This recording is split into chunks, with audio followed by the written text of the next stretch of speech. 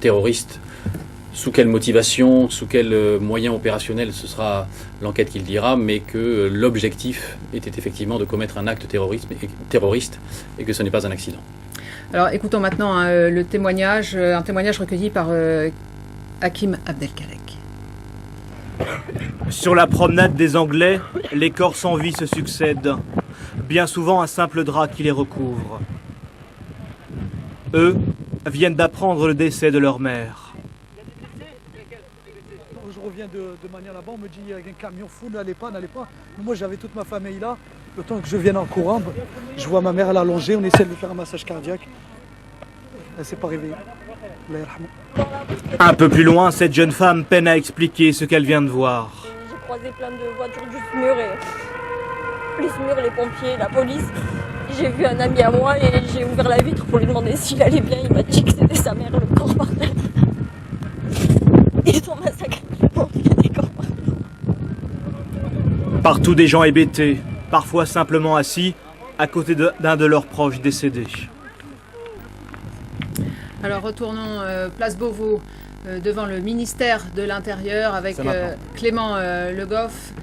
Clément, est-ce que François Hollande est arrivé ?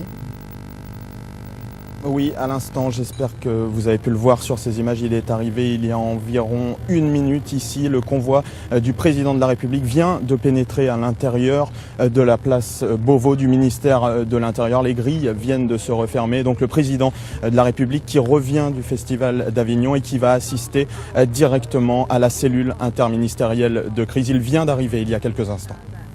Manuel Valls aussi est sur place. Effectivement, aucun commentaire pour le moment. Il y a beaucoup de journalistes ici, vous l'imaginez. Nous sommes tenus à distance par plusieurs policiers. Nous n'avons pas pu voir ni le Premier ministre ni le Président de la République qui vient de rentrer. Le convoi présidentiel vient de rentrer à l'intérieur du ministère de l'Intérieur. Merci Clément. Retournons avec Mathieu. Provisoire de 60 morts.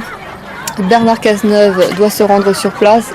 François Hollande, lui, vient d'arriver à la cellule de crise place Beauvau. Il se trouvait à Avignon. Manuel Valls y était déjà un peu plus tôt. La section antiterroriste du parquet de Paris se saisit de l'enquête, même si pour l'instant, il n'y a pas eu de déclaration officielle, ni de la part de Manuel Valls, ni de la part de Bernard Cazeneuve. Et donc l'attaque terroriste a uniquement été évoquée en ces termes par la préfecture des Alpes-Maritimes. C'est un bilan qui pourrait s'alourdir tant il y a de blessés. Les habitants ont été invités évidemment à rester cloîtrés chez eux, mais ce sont des scènes de panique auquel on a assisté durant plusieurs dizaines de minutes sur la promenade des... Identifié comme étant un lieu probable donc d'attentat, le sud de la France également. Ce soir, coïncidence ou pas, le feu d'artifice à Marseille avait été annulé officiellement donc à cause du vent. Mais on voit bien que cela peut-être aussi faisait partie donc des alertes et des mesures de précaution. En tout cas, la ville de Nice attaquée ce soir, ça correspond au scénario catastrophe, au scénario cauchemar donc que les autorités rassemblaient depuis déjà plusieurs semaines. Noémie Schulz avec nous. Noémie, vos dernières informations sur ce qui s'est passé ce soir à Nice. Je rappelle ce bilan extrêmement lourd, au moins 73 morts. Oui, un homme qui conduisait un camion qui fonce sur la foule. Cet homme a été abattu par les forces de police.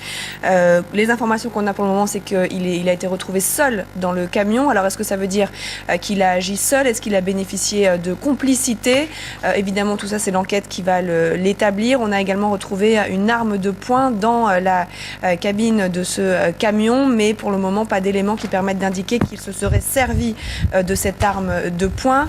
Le parquet antiterroriste de Paris s'est saisi de cette enquête il y a quelques minutes.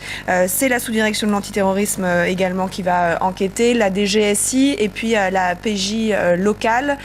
Voilà les informations. Le ministère de l'Intérieur qui a confirmé qu'il n'y avait pas de prise d'otages en cours, qu'il n'y avait pas de personnes retranchées pour le moment. Une personne donc qui conduisait ce camion et qui a été neutralisée, tuée par les forces de police. Et donc cette cellule cellule interministérielle de crise qui est présidée en ce moment même par Manuel Valls, puisque le ministre de l'Intérieur, Bernard Cazeneuve, il est en train de se rendre à Nice. Il est en train